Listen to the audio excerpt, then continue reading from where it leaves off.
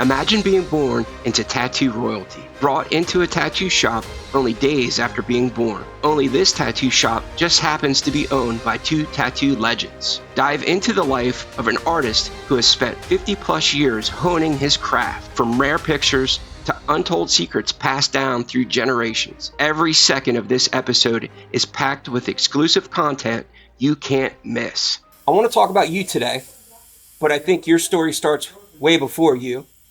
So I want to dip into some of that conversation first. How did your grandparents break into the business? Okay, so Eddie and Esther, they were from Saratoga Springs, New York. They were born directly next door to each other. He was 16, she was 18. They ran away from home and they joined a carnival. And that's where they learned to tattoo. He ate fire, handled snakes, and was a tattoo man. She got up on the board and had knives thrown at her. She got in the box with the swords, and she was a tattoo lady. And it was buck shows. They did that from 1933 till the day after Pearl Harbor. Okay.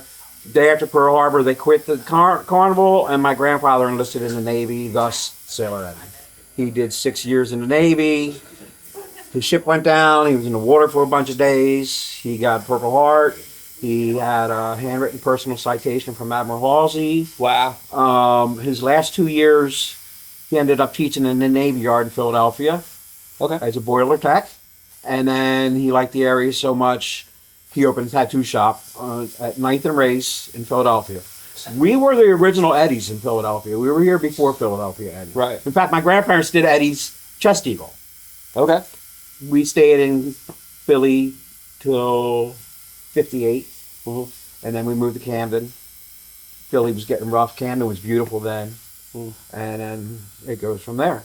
So in Camden at that time, I guess it would have been like Campbell's, RCA, big companies still there. Oh yeah, it was beautiful.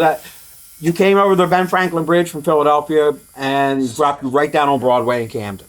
All right? You went through Camden. You went through Gloucester City. You went through Westville. You went through Woodbury. You went through Mullica Hill. It goes all the way down to Salem. And so that was it. It was beautiful. And then between the riots in 71 and they built 676, which allowed you to bypass all that and just take highway to South Jersey. That was the end of the city there. He got started into tattooing after the service. No, before. Or before, I'm sorry. Did he ever mention who taught him or kind of showed him the way? It was an old Carney guy is what I got from him. I know he spoke about Charlie Bars. Okay. He had left me 2 or 3 cigar boxes full of original Jonesies. Guy named Grimshaw, not Berkram, Grimshaw. Grimshaw, right. I think his name was Bill. Mention those people. He learned, Grimshaw was a flash guy. All right, he had hand-painted flash on old linen window shades. And when he traveled, he would just roll them up and pack them up like posters. And then when you get to where he was, mounted them up and pulled them down. Yeah. He got around people that were the best at what he needed to learn. So he learned machines from people. He learned flash from people. Right. You know what I mean? And shared what he could, learned what they did, and bullshitted the rest of the way. I had old needle bars that were made from the brushes of a street sweeper. The old metal street sweeper brushes were needle bars. Especially they make good shader ones. Of course, we made our clip cords from diaper pins. If there were no more supply companies, I and the people that I've taught can survive. Right, there'd be no issue. We know how to scrounge, we know how to build, we know what to look for. Right. And that's part of the apprenticeship that I teach and why my apprenticeships are 5 years long. Okay. But that's all. Everybody had to do that then. You learned how to scrounge and you learned who to share with. Mm-hmm. And you were very selfish with what you were learning. And if somebody had something to trade with you, they weren't getting your knowledge. Okay. And then did your, grandfather teach Esther? They learned together. They learned together? Yes. Okay. I've heard 1,000 good stories about the shop in Camden and the time in Camden. Through doing research and whatever, you can kind of pick apart like the true stories, and then I hear you talk and tell true stories, so we're going to go with those. Tell me how the whole, I want to call it an assembly line, happened. I don't know what your family called it, but with the whole doing the outline, Esther doing the color, is that 100% true? And if so, how did that come out? I have 2. There may be 3 tattoos in the world that Esther ever did any black on. Okay. She didn't like it. When I learned, she was like, your grandfather's going to teach you how to tattoo. I'm going to teach you how to make them pretty. All right? Okay. And there were 2 different times. One's from between 58 or 59 and 61. And then again, 68 to 75 when Paul Rogers worked for us. Mm-hmm. All right?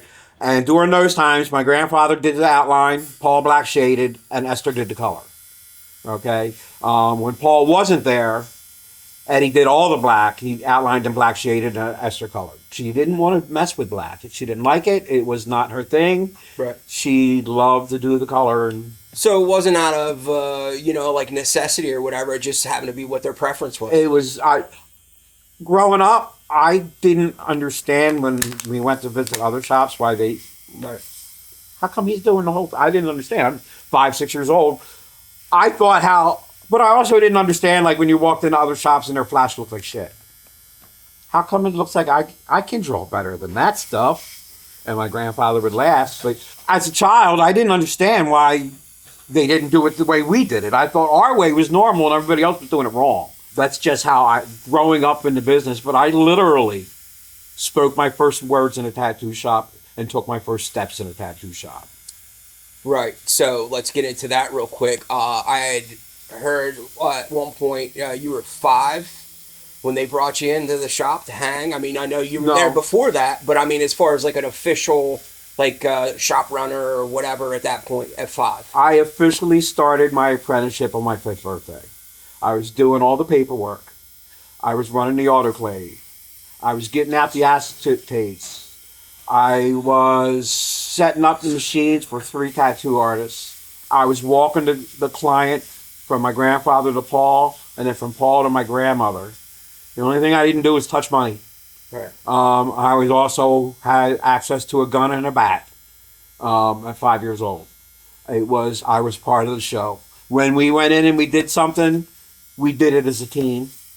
Some days we were going in and soldering clip cords or building foot switches, or at one point we were making jumpers for a clip cord for when you're doing chest or back work and you needed that extra little bit, but you didn't want to be fighting a long clip cord when you're on everyday arm and leg stuff. Whatever the chore was that day, everybody in the shop did it.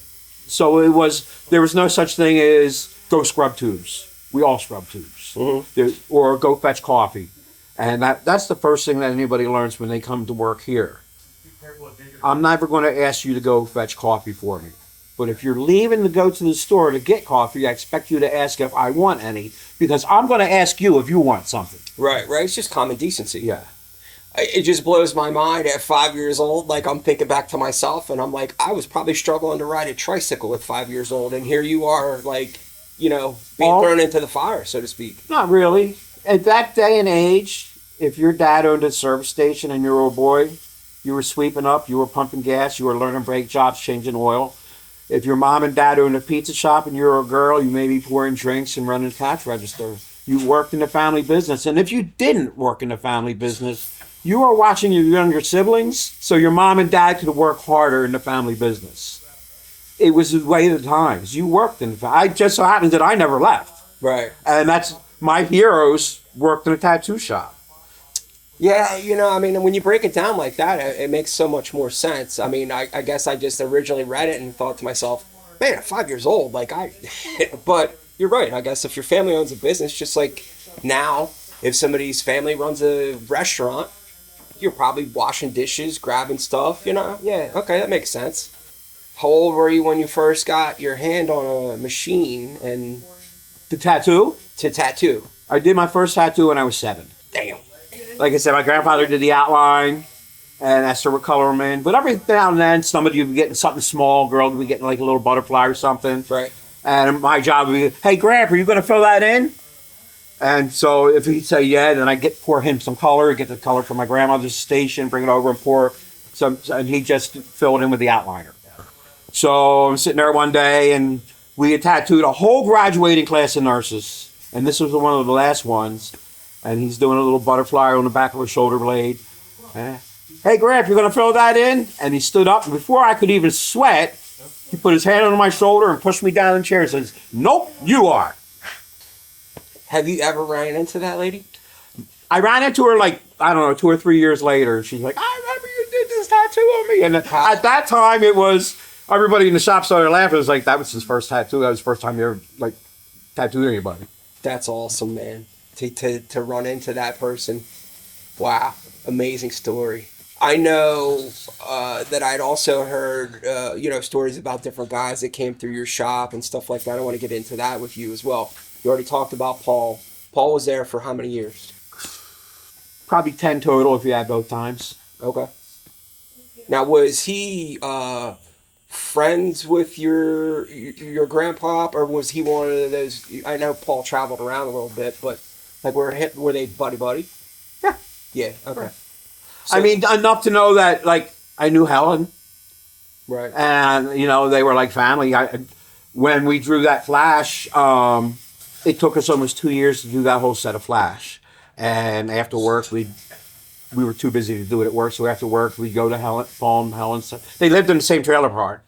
So, we lived in the same trailer park. But some nights we'd go there and Helen would have dinner for us. And sometimes we'd do it at our house and Esther would have dinner for us. So, I remember when Paul wasn't working for us, going down to Jacksonville. I had my first corn dog at one of the visits down to visit Paul on the boardwalk in Jacksonville or something on the beach. I remember swimming in my underwear, going to visit Paul Rogers, and I was probably 4 or 5 years old. That's awesome. That's awesome. Who else are we talking about? Let's talk about the chemist guy. Okay, so we had a guy named Joe Armstrong, and he was a chemist by trade. Him along with Huck and Paul and my grandfather and Connolly, Latham Connolly, I believe his name was. They all developed these pigments together. Esther was the queen. She was the chef, as I like to say. It was her recipes. Paul he built machines. He liked to do that. He taught me actually how to shim coils on tattoo machines. My grandfather. So, again, when you found somebody that had something to share, you worked on it together. Armstrong was huge in that aspect. He also, back then, we didn't have access to computers and fonts and all that, and if you were doing a name, you drew it on with a big pen, all right? He actually took the big pen and got them tested, or tested them himself to make sure, because you draw on the body with that, now you tattoo over it, you're tattooing it into the skin. Can't get ink poisoning from that. He tested it.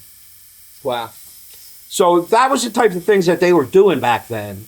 They let people like to talk about how dirty they were, but there were a few shops, ours being one of them, that at the Asbury Park convention a few years ago, Mike Schwaggart introduced me to the Board of Health guy from up there, and he said, Eddie, could you explain your sterilization process to him? Because he thought it was neat. And when I explained it, the guy from the Board of Health, his jaw was he's like, I'm amazed. He goes, that outdoes and outshines anything that we require today. Yeah. And that was back in the 60s. And that's just because of how Eddie and Esther wanted to do it. And the people they were around. It wasn't just them. I don't want to give them just the credit, but those people, Al Shifley, Todd and Shaw, Armstrong, Paul, Connolly, Huck, on opposite ends of the spectrum were Eddie and Philadelphia Eddie. But Philadelphia Eddie, who I made peace with, our families are now tight. Okay? And I made sure of that. But they didn't get along, but Eddie did way more than most to advance tattooing, Philadelphia Eddie. Right. And, everybody wants to say he's a pirate or he's this and he's that. He was an honorable man. Very honorable. Right. Yeah, well, he also came out of that time frame of like you know, you hear stories about Walter and Stanley Moskowitz with the bucket of blood and all that stuff, and I'm sure he saw some of that and thought, "Wow, that can't be safe." I mean, when they opened up, there was a guy named Pop Hoff, Professor Brayman, and there's some other tattooers that I will not even give them credence that were working in the area at the time. They were dirty, but everybody was, you know. So, like I said, that generation, their thing was bringing tattooing out of the back rooms. And Fat Walter, there was a Fat Walter and Louis the Angel who worked for Philadelphia Eddie who weren't very good. I mean, you'd see a tattoo where they started and they do a name with a ribbon in it, and they'd start at one end and well, the name turned out to be longer than the ribbon, and they tattooed that name right at the end of the ribbon. But Eddie, you know, although he wasn't the best tattooer, we needed him. Tattooing needed him. We wouldn't have conventions like they are today if it wasn't for Eddie. Yeah. We wouldn't have that Bristol Tattoo Club if it wasn't for Eddie. Eddie even found out the hard way that, California tattooers can't make it over here on the East Coast. Well, Eddie went to California and he didn't make it out there either.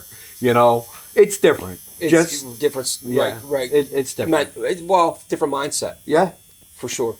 I mean, I lived in Arizona for a spell, and I immediately went, "Wow, we are much more fast paced than West Coast people." That's cool. So your family, you know, you kind of buried the hatchet with them. Eddie's an interesting character. One day I'd like to actually delve into that, you know, for an episode. I know that you were just saying about how clean you guys were. Do you remember when they flipped to the point where they were wearing like latex gloves? Yeah. Yeah, well, like my grandfather had already retired by then. I worked for almost 20 years without gloves. Okay. And there's a project that I'm going to try to work on about that whole thing. Right. Because guys that have been tattooing, there's not a lot of them that went through it like I did, you know, and I like to talk to them about it. When I learned to tattoo, okay, I was taught you actually feel the needle drag through the skin, okay, when you're tattooing. And if you can't feel that, something's wrong. You're either got too much juice, you're not getting the proper penetration, all right? But you learn to feel that needle dragging through the skin, and you looked for that, all right? Well, then we started wearing gloves, all right? And when most of us changed over to gloves, it still wasn't mandatory. We did it voluntarily because AIDS, and it was very scary back then. Right. We were uneducated about it. Right. You know, when we started wearing gloves to tattoo with, and we all know this, it's the difference between having sex with and without a condom. You lost the feeling of that drag, and you had to almost relearn how to tattoo and find that again. Okay. See, the reason why I'm asking that is I know that I did an episode about Cliff Raven, and Cliff Raven was one of the early adopters of wearing the rubber gloves, but he was also in an environment that kind of almost forced him to, if you know what I'm saying. He was a bird guy. Yeah, so, good way to put it. That was, you know, it was interesting to me to see where about that time frame was, where the changeover was of guys saying, you know what, probably should start wearing gloves. 85-ish. Okay. Right around there for us.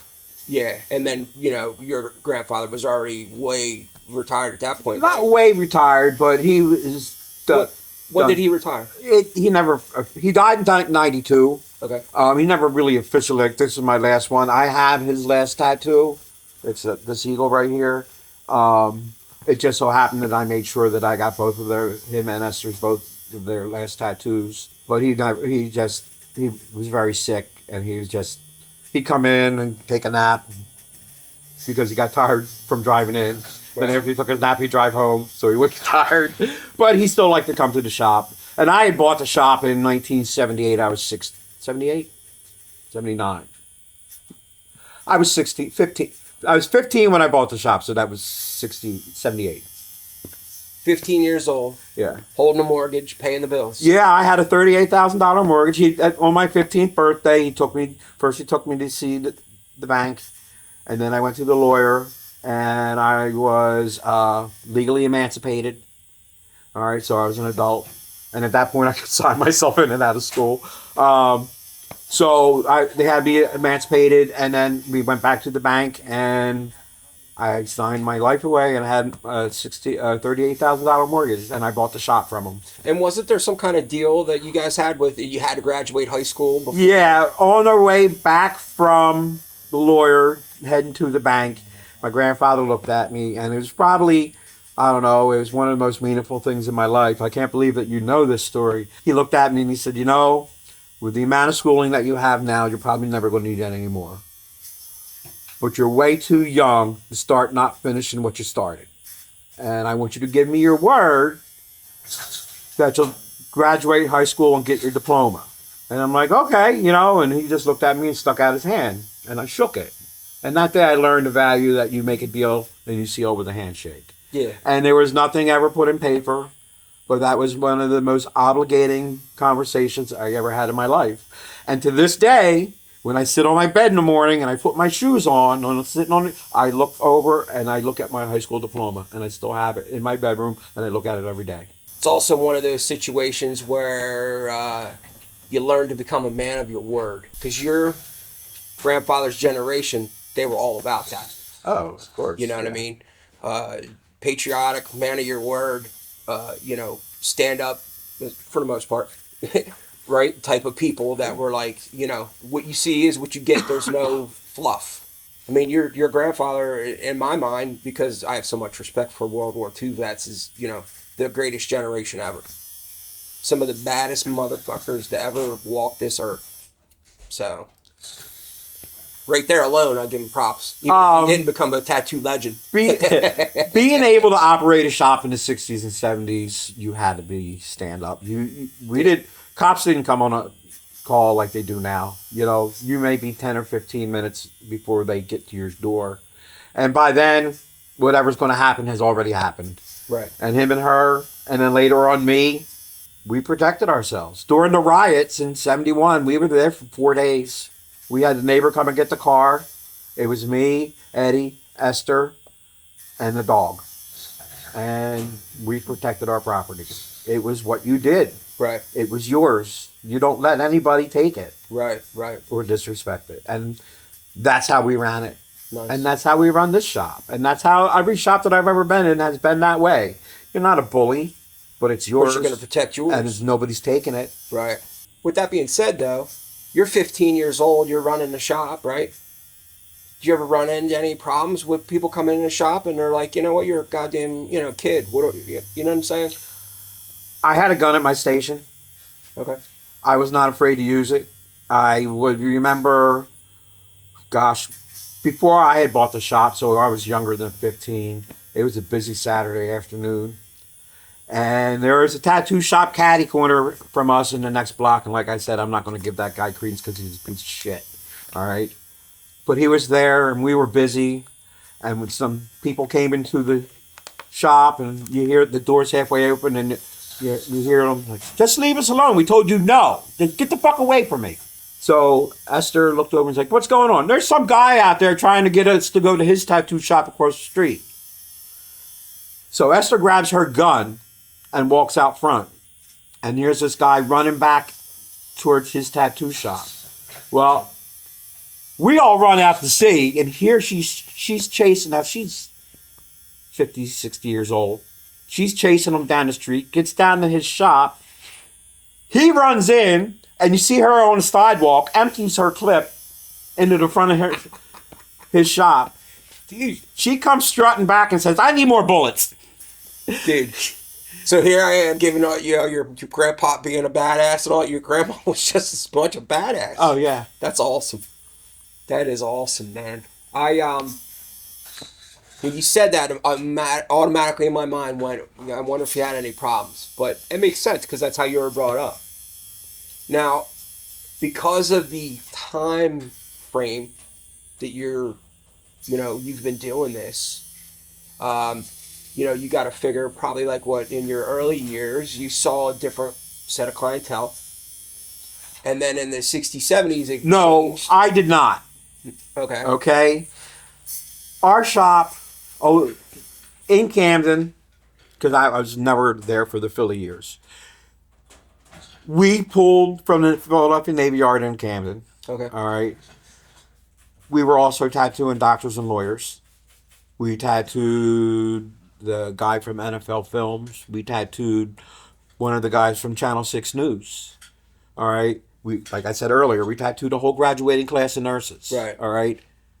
Our shop was never just for bikers or outlaws or criminals or just sailors. We tattooed everybody. Mm-hmm. And part of that is because we ran a shop where it was respected. Right. Okay. And we demanded it.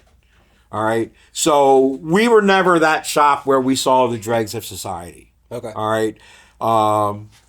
Also, I mean, at that time, you were tattooing small little things. Like, you never saw a woman like that girl in the chair over there getting big tattoos. They all got.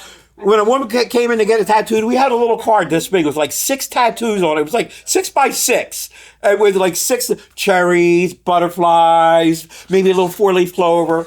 And I said, oh, this is, and then when they started like, no, I want stuff off the wall. I was like, wow, this is cool. Like, but no, it was never that, you know what I mean, that the dregs of society. It was never like that for us.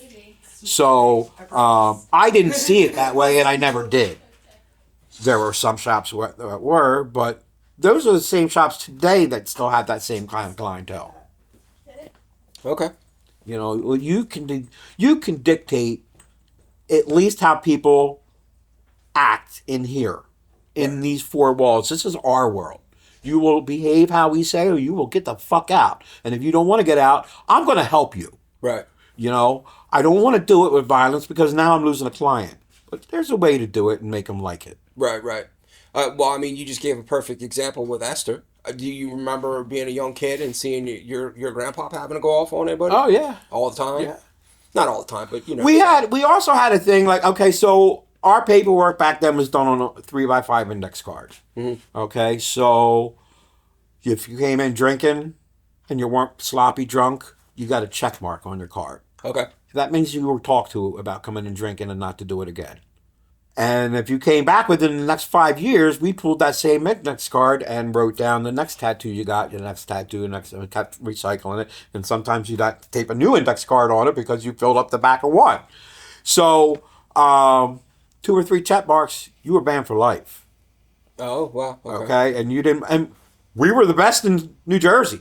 You didn't want to get banned. You learned to behave. Right. We also, on the bottom right-hand corner, if we saw needle marks on you, we put that on there. Just to protect ourselves. Board of Health comes in, somebody had hepatitis. Well, they knew that we used that. We explained that to the Board of Health. Back then, you did not have the inspections like you do today. Mm-hmm. The only time you ever saw them was when there was a problem. Right. So they come in, hey, did you nope, don't tell us. Come in and you inspect my files. That way you can't accuse me of pulling that name. Gotcha. Do you remember there ever being scenarios of your grandpa or Esther going and being pissed off because somebody got a tattoo somewhere else? Only when you were like working on like a sleeve. Okay. Or, you know, maybe a bigger back job like we were doing chest eagles in one sitting. I still believe in like trying to knock them out in one sitting.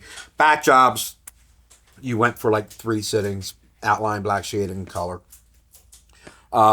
We did a piece on DeVita, Tom DeVita from New York.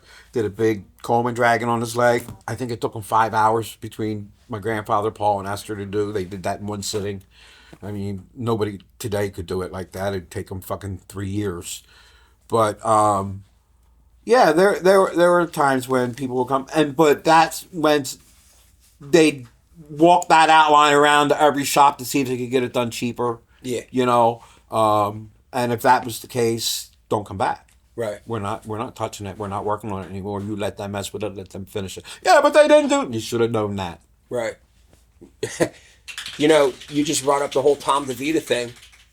I actually read somewhere that Mike Malone, Rollo, was pre-tattoo days, rolling around New York City taking photos, took a photo of DeVito's leg, and it was a dragon, and he asked who did it, and he said Sailor Eddie down in Jersey, and it inspired him to become a tattoo artist. Did you know that? I did not know that, but I do know that the first time he came to Camden, came in his shop, he got tossed out on his ass by my grandfather. Do you want to fill us in? I was not there. Okay. Anything that I say, I was hearsay or, Gotcha. What I know happened. Okay. I mean, to me, when I read that, I was like, damn. The thing is there's going to be a subset of people that might watch this that don't know who your grandparents are, which is why I want to do this. Okay. Yeah. Because to me, I am in a point in my life, I guess, as where I want to shine the light on the people that came before something that I love. Now, I'm not a tattoo artist, but I love it. And I don't think there's enough light being shined on the people that built the foundation for the ground that these current artists are walking on. Because they choose not. They choose to ignore it. You hear self-taught. The only reason they can be self-taught is because we developed the tools. Okay? They're so good and so easy to use today that it makes it easy to tattoo. When I learned we shaded with 6 flats. And if you got that thing just turned a little bit sideways, it cuts you wide open like a razor. Right. Okay? You take these mags that they're using today, you can run them sideways up and down and it does nothing. They choose to ignore us because we're gatekeepers. We're washed up. We belong behind a break an emergency piece of glass. It's not that way, but if it wasn't for us, you wouldn't be there. You wouldn't be able to do what you do. And most of these people that are tattooing all this black and gray and big giant 3 foot by 2 foot pieces, tell them to sit down and do a little fucking Coleman piece or a little Sailor Eddie piece with some decent lettering and a banner, and they can't do it. They don't know how. They don't know where to start. They don't know their foundations, and they refuse to admit that what we did was important and made it possible for what they do, because it ties them to us. And if it ties them to us, they can't put us down. That's deep. I didn't even think of it that way. I had a conversation with Joey Knuckles about the same subject, and he had said to me that, look, none of us are denying that there's some fantastic artists, right? But the people that maybe we think don't give a shit about the history, it's just not their time yet to learn about history. Eventually, they're going to want to learn about it. I don't know if that's the case. Here's the problem with that. And I get in arguments online all the time. Again, I'm the gatekeeper. I'm an idiot, blah, blah, blah, blah, blah. Okay? If they don't start talking to people like me, the history's changing. Okay? We talked about it earlier. The colors are pigments. They're not ink. All right? Now you go on, I don't know if I'm allowed to say it, but I'm going to say it anyway. You can edit it out. You go on Kingpin Tattoo Supply catalog. You go on their color page. It says inks. They're pigments. They're not inks. All right? It sounds stupid. It's part of our history. It's the truth. It's a fact. Black is an ink. Colors are pigments. It sounds stupid. Again, it sounds trivial. But if you don't keep impressing that, eventually it's going to be inks. And there's not going to be any terminology that's correct anymore. How many times I heard tattooers, young kids, can you believe that? They tattoo with batteries. Well, guess what? Batteries are the best powered supply you can possibly use in tattooing. It's just ignorance.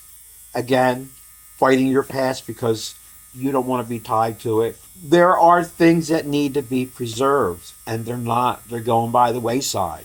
That's why it needs to be done now, while there's still people from my generation tattooing. And my generation, I'm not talking about being 62 years old. I'm talking about tattooing for almost 60, whose family's been in it for almost 100 years. Right. All right? They need to preserve those facts from the people that were there, from Ronnie, you know. There's some other people out there. I say Ronnie because, you know, Richie Montgomery, Debbie Lenz, people that have been there and tattooed through it and know. And now all of a sudden, oh, well, we're going to change the name because it's better. It's like, but it's not true. All right. I don't care how good your story is. It's not true. It's not a fact. And if we don't preserve it, if you don't start talking to people like me, my door's always open.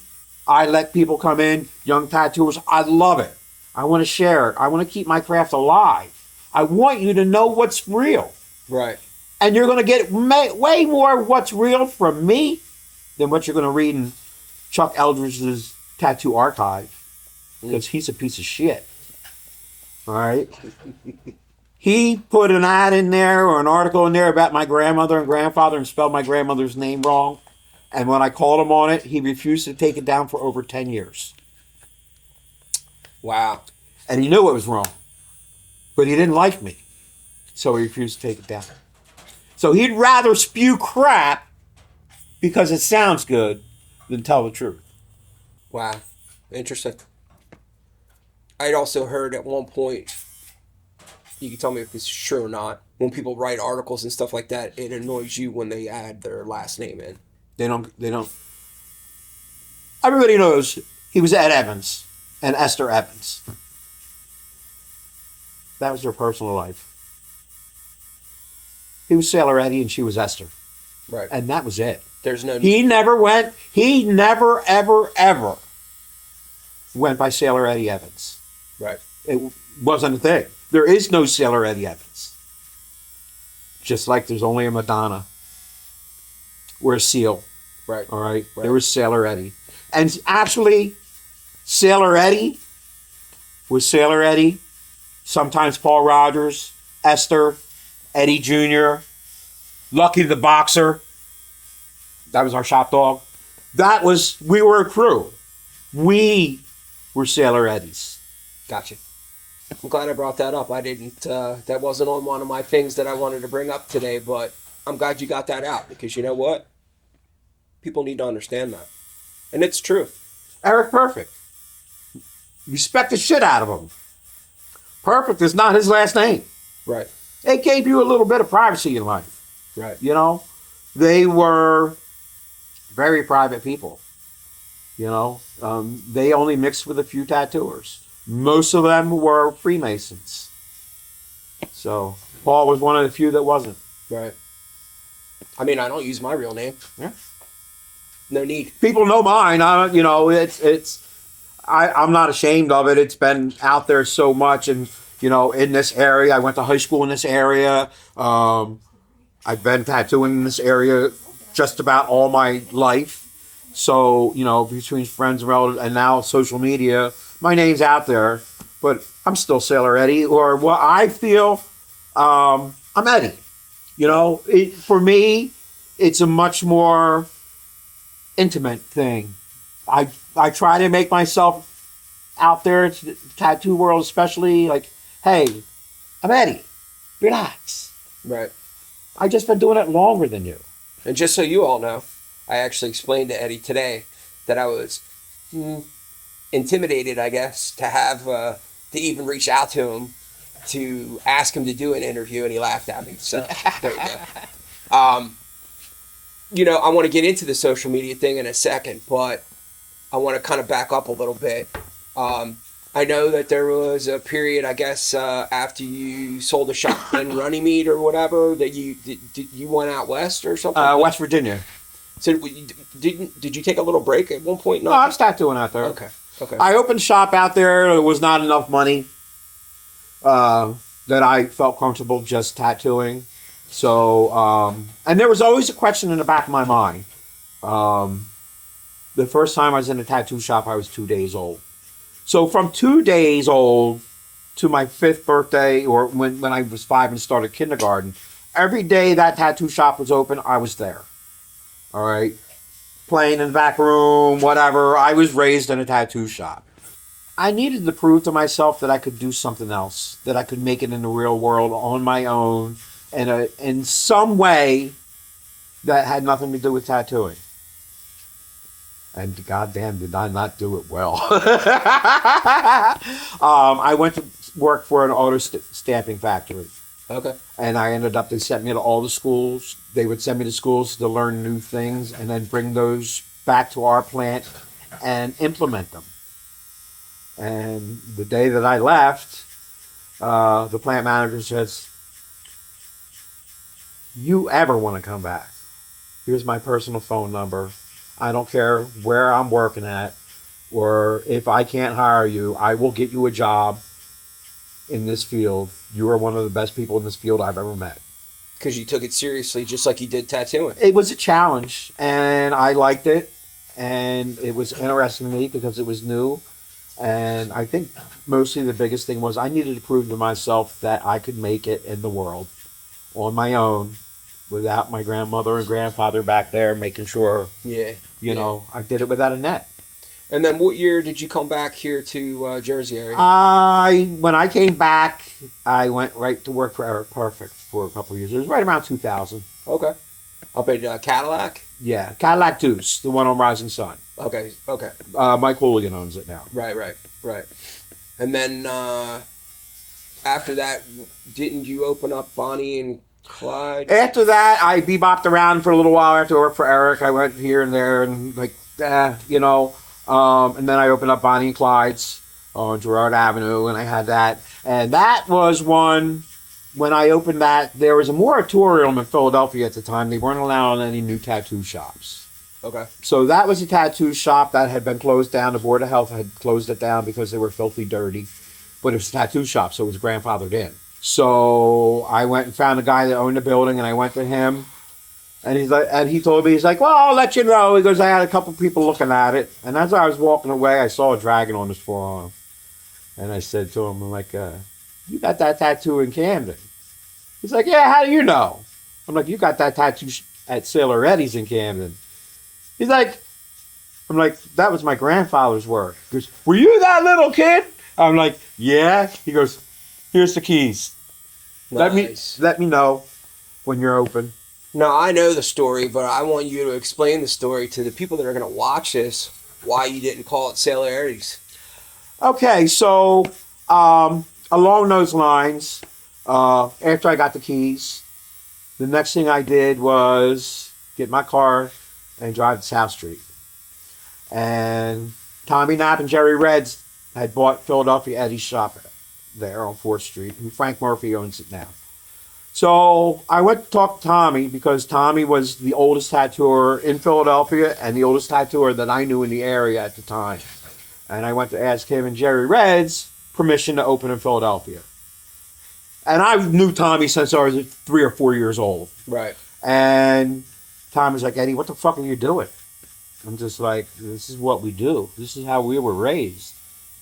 You don't need to do this. I'm like, yeah, I do. I need to look at myself in the mirror tomorrow. And I need to know that I'm doing the right thing. Not only did I get their blessing, I walked out of there with a thermofax machine, 4 tattoo machines, a handful of tubes, color, stack of flash, with the promise of, I'll be by in a week or 2 to drop more stuff off to you to help you any way I can. And then I went to Eddie. After I got Tommy and Jerry's blessing. Eddie was already gone. He was out of tattooing. Right. And I asked Eddie, well, I basically said, hey, I'm opening up in Philadelphia. You're the only Eddie's that belongs in Philadelphia. I'm going to open up Bonnie and Clyde's. And Eddie yelled at me. He said, you're being stupid. I'm just like, no, I'm being respectful. See, that's the kind of stuff I'm talking about. People can call gatekeeping, all that other shit that they want to talk. When it really comes down to it is the older generation had respect for each other. So you know what? There might be people that didn't like each other or whatever, but you had enough respect to not step on somebody else's dick, so to speak. We were on opposite ends of the city. I was probably, besides Eric Perfect's Cadillac shop, I was probably farther than anybody else from Tom and Jerry. Doesn't matter. It's what you do. And there's a right way and a wrong way. Right. You know, and it's just that simple. There's a right way and a wrong way. And we have now scenarios where there are people that just will open up literally right down the street, never have a conversation with the current shop. Or, sometimes I've actually even heard next door. Look, people could talk gatekeeping and all that shit all they want, but there's got to be some common ground on decency, respect. There's no need. They just call cops. Yeah, well. There was a time when people thought, hey, this is my city. You open up, you're going to get firebombed, you're going to do this, you're going to do that. But that was also the same time that if you came into town and opened up a shop and infected a bunch of people or tattooed a bunch of little kids and we're going to bring the heat on us and bring the regulations down on us, that all the tattooers got together, whether they liked each other or not, and ran you out of town. And normally, you left with a broken hand. Right. At least. So we self-regulated. And not only did we teach respect, we made sure that we would be able to tattoo tomorrow. Right. You touched on social media for a bit, and I follow all your stuff. And I got to be honest with you, sometimes I get a good laugh out of it because you kind of call it as it is, man. Like, there's no gray area sometimes. You're like, this is how it is, and if you don't like it, too bad. I'm lucky. With my time in this craft, I can get away with it. The people that I work with, they can't. And I let them know it. I'm like, don't do what I do. You'll be hated, you'll be chastised, you'll be ostracized. I can get away with it because they're just like, A, oh, that's just the rantings of an old man. And B, he's put his time in. He's earned the right to say what he's seen it. He's been there. He has that right. I was also raised in a time when there was no gray. It was just black and white. Right. Right or wrong. Maybe. No. It's black or white. Do you feel like TV shows, social media, except for our channel, of course, is hampering? I don't like the TV shows because, besides half of them being done with Sharpies and tattoos, and the ones that know better that are doing it just for fame, how small can I do a tattoo? That little sawed-off punk that chews on a toothpick. I'm glad they ran him off TV. I think he did more harm than he ever did good. I actually invited him to do a celebrity boxing match with me. 3 rounds, bare knuckles, no rules. He didn't want any part of that either. And donate the money to charity, of course, but he didn't want any part of that. I just think that they're horrible. The white outline tattoos, they don't really have any idea of what a true traditional tattoo is. It's all about the ratings, and that's not what our craft is about. I was always explained to me from all the old timers, if you can stand at the front door of your shop and they know who you are in a 25 to 50 mile radius, you're a success. Those idiots in California, you don't need them to know who you are. They're not lining your pockets with money. They may come around once every 5 years looking for a free tattoo, but that's not how you're going to make your name. You want the guy 2 blocks down pumping gas. You want him to know who you are. You want that bartender at the local pub to be sporting your work. That's how you become famous. We're on what? 8, 9 generations deep now? My family and tattooing people in this area? That's not by mistake. Right. It's not social media that does that. It's not being on TV that does that. It's word of mouth. It's people saying, you tattooed my great-great-grandfather. I have some people, I was about 10 years old. They came into the Camden shop, 2 brothers. And I think they got their family logo, family crest thing. It's a little cross right here with about 6 colors in it. It's about an inch tall. Every boy in the family, when they turn 18, they come in and get the same tattoo. We're at night number 50 or 60 now. Wow. And every time they come, everybody that's alive that has it comes with them. They filled this shop. We got a picture of us all together. They all actually offered to make me an honorary member because I've done so many of their family and done such a big part of it. It touched my heart. Yeah. I would never disrespect them and be like, yeah, that's cool, but it was pretty neat, and just to see that generation after generation after generation to keep coming back to us, you know? And now it's killing them because when my grandfather was tattooing, there was a time when he used to leave for Florida for 4 months and leave me running the shop. And then it would be like, oh, you don't want to go to Sailor Eddie's. There's some kid running it now. He died. Well, now they're at the point of, I'm dying. There's a shop down the street there telling people I died like every couple of years. Oh, Sailor Eddie, he's just a figment of your imagination. He's dead. He's not real anymore. Well, Sailor Eddie and Esther were SE. I was the next one. I'm SE squared. I think it's right here. Yeah, right? yeah. Well, these folks over here, they all have SE to the third power. All right? Because I taught all them.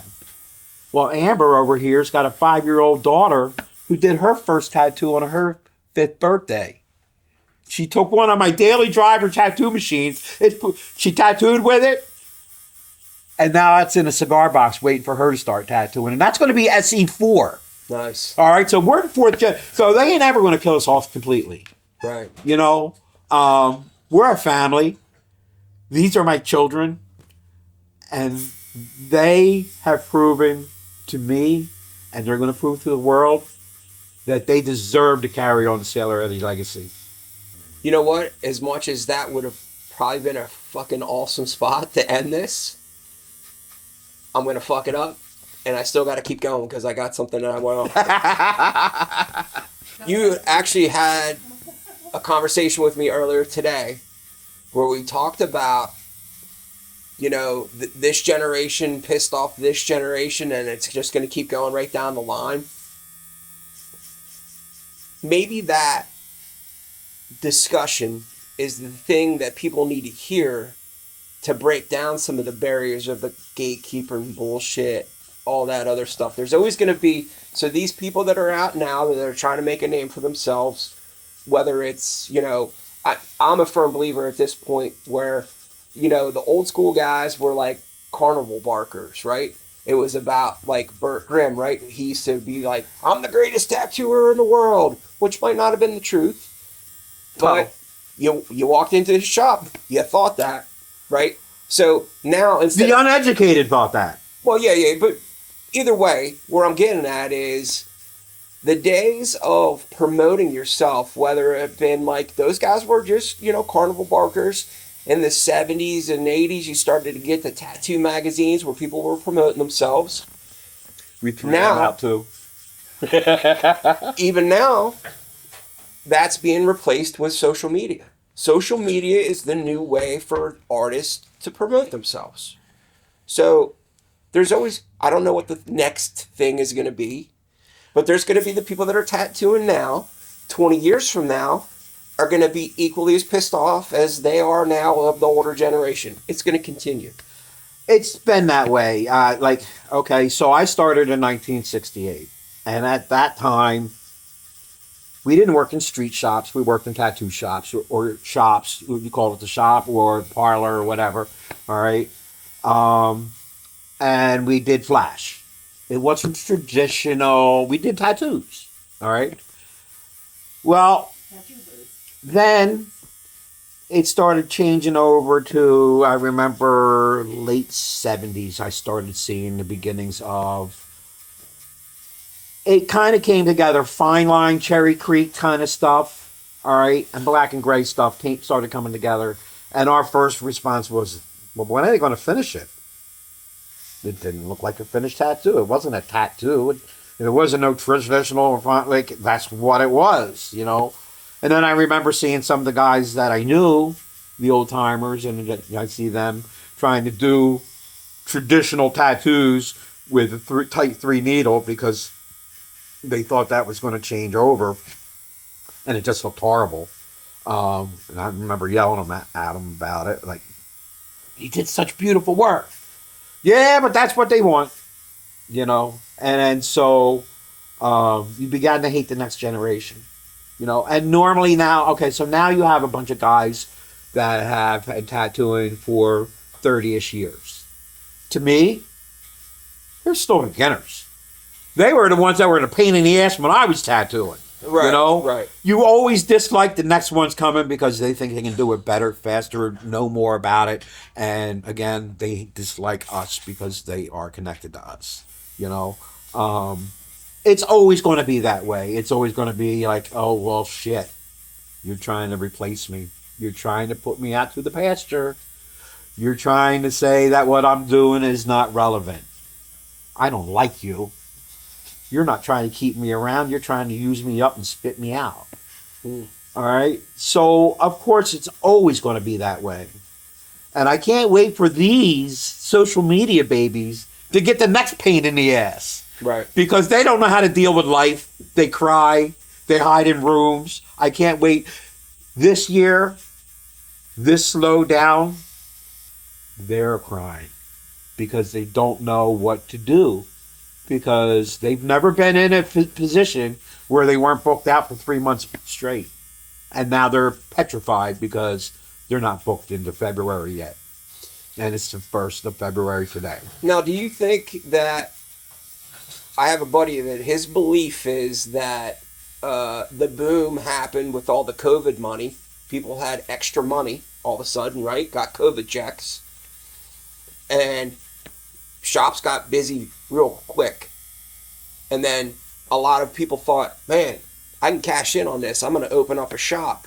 And now the COVID money's gone and it's having a bad year because the economy's not that good.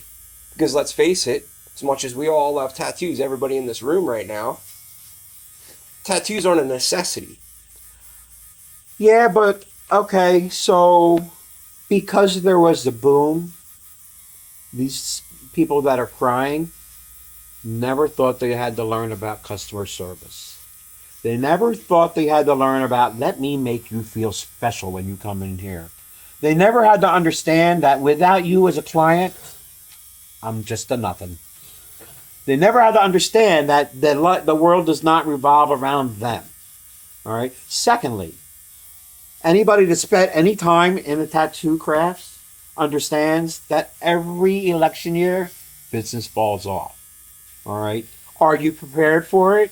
And have you coddled your client base to the fact that I had 2 girls that came in here last night, not for tattoos, for piercings.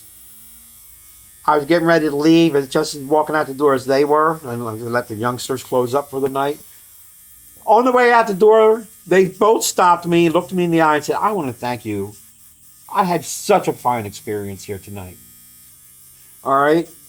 They forget that I would never allow somebody to tattoo in here wearing earbuds and tuning out their clients. I would never allow somebody to treat somebody like that, like they are not important. Everybody that walks through that door is important to us. Whether you got tattooed, whether you're going to spend money that day or not, you're important to us. We want you, not just for today, we want you to be our client for life. We have 5 tattoo artists here. We have 1 full-time body piercer here. We're all surviving. It's not great, but we're surviving and we're making money. And there is not once have we ever thought that it's so slow I need to get rid of somebody. All right? Because we treat our clients like they matter, that they're important, that we are thankful for them. And this is what the ones that are in here today that never had to worry about that and never were taught that by the people that taught them.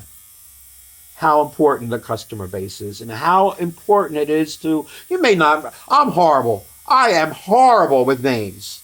All right? Same. But I always try to remember something about them. Right. You know what I mean? And they are special. Every single one of them is special.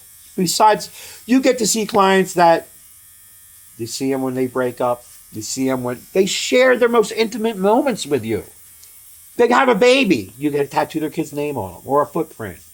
There's a death in the family. You get to memorialize it with them. A new job. Dog dies. I did a woman yesterday, her cat passed away. I did a cat's paw print and Foxy was the cat's name I did underneath of it. I got to share that moment too. They share their most intimate moments with us in life. How can you not be thankful for that? How can it not mean anything to you except for a payday?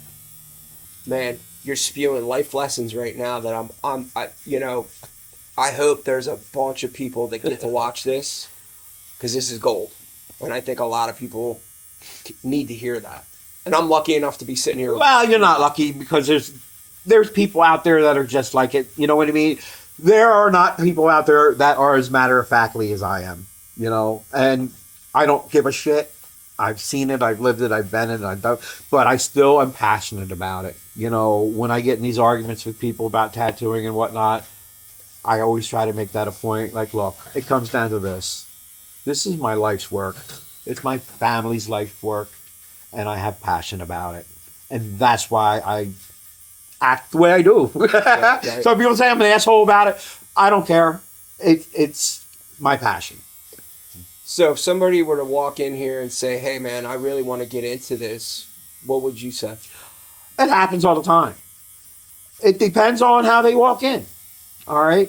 That's the starting point. I will, if somebody calls me on the phone and says, you taking a friend and says, click. Okay? No. That's not how you do it. If somebody's waiting at my front door with a cup of coffee in one hand and a portfolio in another, and pants, not sweatpants, hair comb, a nice shirt, and they're here to meet me, and they've done a little bit of homework to know, and it's not my ego. Any shop you go in to learn from, you should know something about them. People that are working there. All right? You're not coming to me to learn realism. I want to do realism. Well, there's probably somebody better at it could teach you than me. Right. All right? Somebody like that, it depends. You know, it depends on, can I help them? Hey, I'm not taking anybody right now, but come on over. Bring your portfolio. Let's go over it together. Let's look through it. I'm not going to look through pictures on your phone. I'm not going to do it. Be prepared. Asking a tattoo artist to look at a 2-inch by 2-inch screen is a horrible thing to do. Print your pictures out. Bring your portfolio, you know, and I'll go over it with you.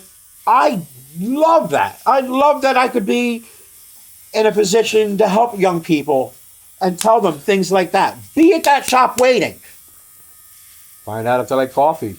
Tattoo artists like Red Bull and coffee. Bring them one, you know?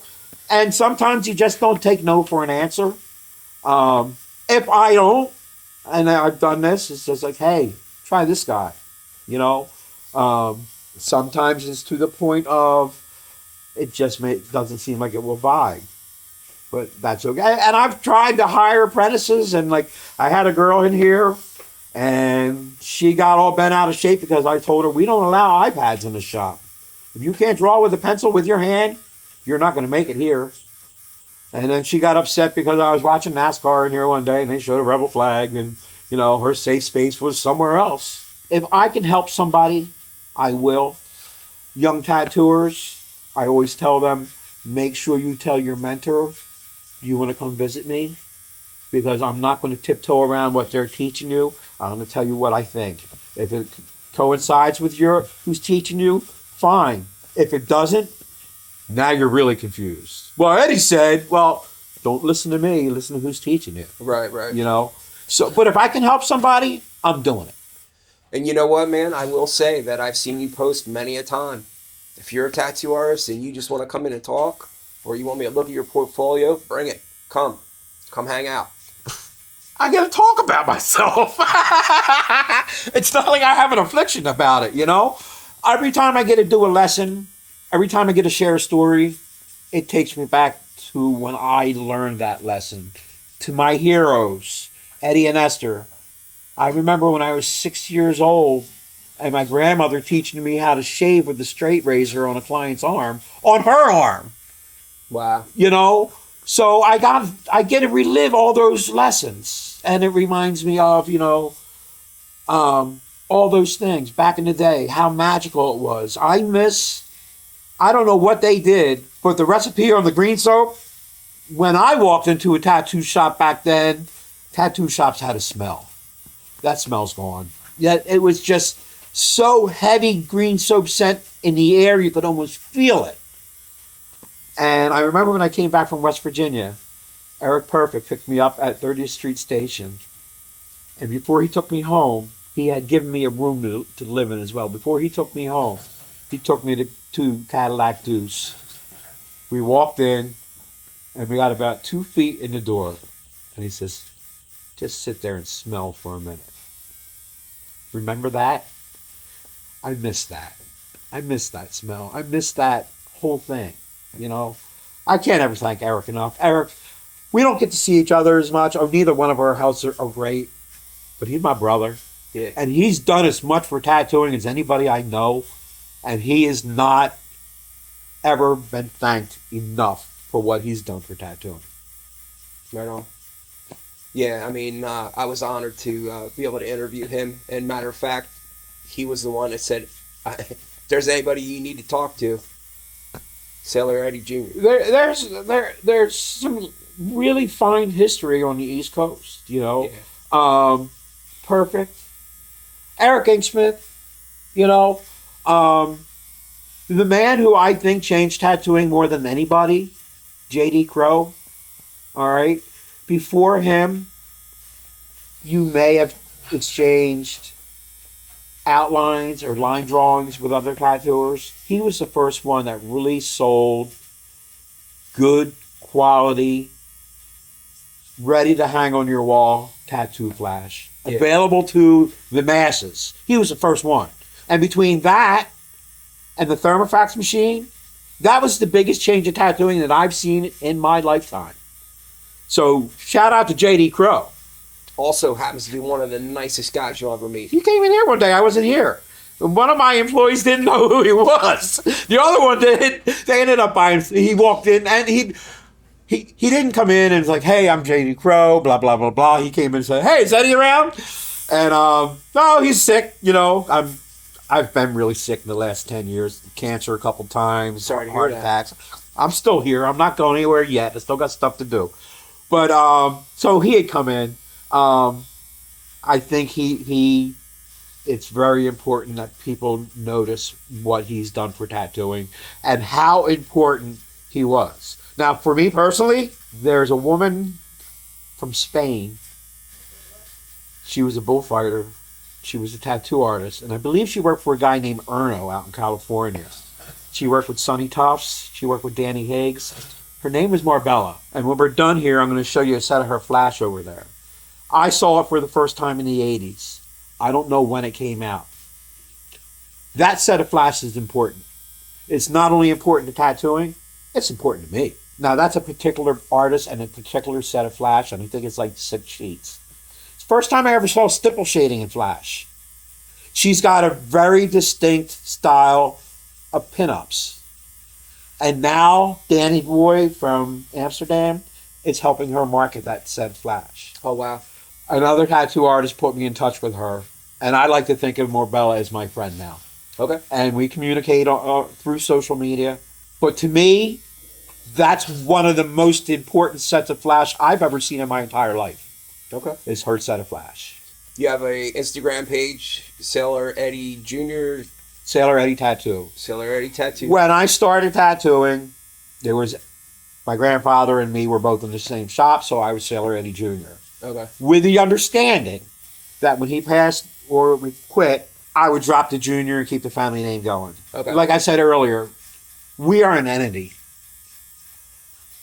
Everybody in this room makes Sailor Eddie.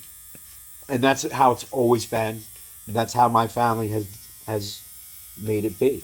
Paul Rogers was Sailor Eddie when he worked for us, you know. Armstrong too. And anybody else that ever filtered through. Right. They were part of Sailor Eddie. It's bigger than life. It wasn't any single person. And that's another reason why we didn't use the last name. That makes sense now too, right? Best tattoo ever, a chest eagle. That's my number one favorite things to do, and especially if I ever get to do them on tattoo artists. I think that's top of the line, top notch. And the guy that was the best, Coleman, 13 minutes flat. Outline, black shaded, and colored. I didn't know it was 13 minutes. So. 13 minutes flat. Woo. Yeah. That's because I heard 5 o'clock came. Didn't matter if he was in the middle of a piece or not. He was like, I'm done. See you tomorrow if you can come in. And he went home and ate dinner with his wife every day at 5 o'clock. I didn't know that, but I knew he was a hell of a tattooer. Yeah. They talked about it while we were down in Norfolk. They said, man, 5 o'clock came, didn't matter if he was in the middle of the piece or not. He said, boom, flipped the sign and told whoever was sitting in the chair, wiped them down, went, we'll finish this tomorrow. So did they also talk about he used to take a roll of butcher's tape, okay? And he would have an empty roll and a full roll. And he would take the empty roll and roll it onto the full roll. And every couple inches he would stamp on there, tattooed by Coleman, tattooed by Coleman, tattooed by Coleman. All right? So now, busy Navy payday, first couple customers is tattooing, finishes them up, wraps them up. Now those guys are still bandaged up. They're walking around on leave, advertising for them. That is fucking genius, dude. He also, because his doorway to the shop was set back a little bit, and sailors had a habit of like seeing an alleyway and taking a leak in there. And they used to have that old copper kick plate across the bottom of the door. He wired that up to an old Model A generator, so when he'd hear somebody pass the water on his door, he'd flip a switch and that electricity would go through that door up the stream, and you see the sailor running down the street. Nice. No, I did not hear that, but that's awesome. Yeah, those are a couple stories. My grandfather had both his elbows done by Coleman on the same day. That's the one, for me, that I've always wanted to meet, and I'm sorry I didn't, was Coleman. That's, besides my grandparents, because they're family, Coleman's my hero. You posted a picture today of, I think it was your grandpa, Coleman, and Shifley. No. Okay, I posted 2 pictures today. There was a picture of Colonel Todd's wife, Helen Rogers, and Al Shifley. And that's when Todd and Shaw were together and whatnot. And that was that whole, I said there was like that Masonic thing. Like, they were all very close, okay? And then I posted another photo of Coleman, and there was somebody in the middle who I didn't know, and Paul. Okay. The only reason I'm asking is because I actually spent some time with Richie T down at Norfolk, who now owns all of Al Shifley's stuff, and he has the Ohio Tattoo Museum. And I know that Al Shifley worked with Les Skews to start the Sandusky Tattoo Club. Yeah, were your grandparents a part of that? No. Okay. No, they may have known those people, and like I said, like, I know they, because of the photos, I know they were close with Al, and I know that I had heard his name a lot, and I also heard Les Skews' name, but that was it. They were very picky, like, about the people they were around.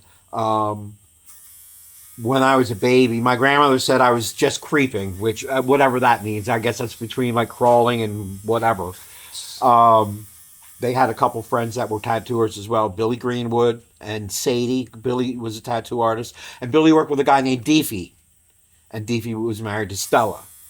And Deefy was deaf and dumb. So they'd come over to our house and play cards.